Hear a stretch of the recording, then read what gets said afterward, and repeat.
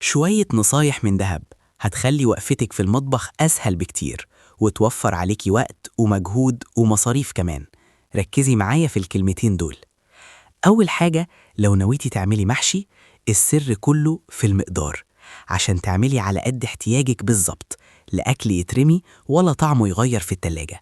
يعني مثلا كيلو الكوسة بياخد ربع كيلو رز مع نص كيلو طماطم وحزمتين خضرة. أما الكرنبة المتوسطة فبتحتاج حوالي كيلو وربع رز، والبتنجان الكيلو منه بياخد أقل من نص كيلو رز بشوية. أما الفلفل الرومي فالكيلو بياخد نص كيلو رز تقريبا. وعشان المحشي يطلع معاكي مظبوط ومش معجن، خدي بالك من عيار الشوربة. الكرنب يدوب الشوربة تغطيه بالعافية. ورق العنب الشوربة تبقى أعلى منه بسنتي واحد بس. وفي الكوسة والبتنجان اوعي تكبسي الحشوة جامد، سيبي مساحة للرز عشان لسه بيتمدد جوه وما يفرقعش منك. نيجي بقى للأصول، تقدمي إيه مع الأكلة؟ المحشي ملك السفرة، واصحابه دايما الملوخية الخضراء والسلطة والشوربة. الكبدة تحب البطاطس المحمرة والسلطة والطحينة. والكفتة لو بالسلطة وفي الفرن يبقى لازم رز بشعرية، ولو مشوية على الفحم يبقى طحينة وبطاطس محمرة. أما البط فمكانه المحشي من غير كلام. والفراخ عشقها الملوخية الخضراء. الرقاق أو الجلاش باللحمة ما يكملوش من غير شوربة وملوخية وفراخ محمرة. والمكرونة بالبشاميل قدمي معاها شوربة وسلطة خضراء وشوية ملوخية. وفي الآخر، معلومة صغيرة بس بتفرق جامد، اعملي دايما على قد احتياجك، وخلي أكل بيتك دايما فريش وطعمه يجنن. يا رب تكون النصايح دي فادتك وريحتك. لو عجبك المحتوى ما تنسيش تعملي لايك وشير عشان الكل يستفيد. دعمكم بيفرق معانا جدا عشان نستمر ونقدم كل جديد. وطبعا ما تنسيش الصلاة على الحبيب.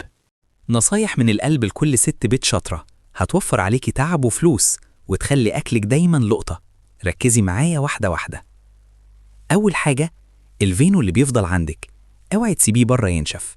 لفيه كويس وشيليه في الفريزر، ووقت ما تحتاجيه طلعيه ورشي عليه رشة مية بسيطة بالبخاخ ودخليه الفرن. هيرجع طازة وريحته تجنن كأنه لسه طالع من المخبز حالا.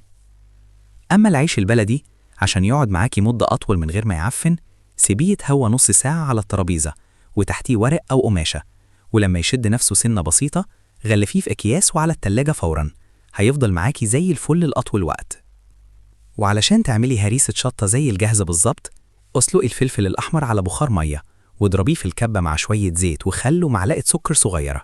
وبالمناسبة، قبل ما تلمسي الفلفل ادهني ايدك بشوية زيت عشان الحرقان، ولو نسيتي افركي ايدك بليمونة وبعدين صابون وهتدعيلي. وعلشان كفتة الرز ما تفكش منك أبدا، السر في شوية شعرية ضيفيها على العجينة، بتمسك الكفتة وتخلي طعمها في حتة تانية خالص. نيجي بقى لطاجن البامية باللحمة، السر كله في الطشة. بعد ما يخلص حمري فصين توم مع قرن فلفل وكزبرة ناشفة في حتة لية خروف أو سمنة بلدي، وطش الطاجن ورشي الكزبرة الخضراء على الوش، ودوقي أحلى بامية في حياتك.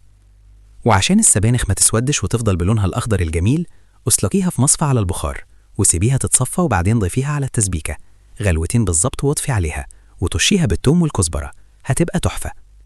وما تنسيش إن العسل الأسود ده كنز في بيتك، معلقة منه على الريق مع عصرة ليمون، وودعي الأنيميا والهالات السوداء، وهتشوفي نضارة ونشاط ملهمش مثيل. أما اللبان الدكر فده حكاية تانية، ب10 جنيه بس من العطار هتحلي مشاكل كتير. فص واحد على الريق بيخلي ريحة النفس ممتازة، وبيعالج التهابات المعدة والانتفاح ويفتح النفس. جربي تاخدي فص وسط اليوم وفص قبل النوم، والفرق هيبان لوحده. لو النصايح دي عجبتكم ما تنسوناش بدعوة حلوة، واعملوا لايك وشير عشان الكل يستفيد. دعمكم هو اللي بيخلينا نستمر ونقدم لكم كل جديد. وما تنسوش الصلاة على الحبيب.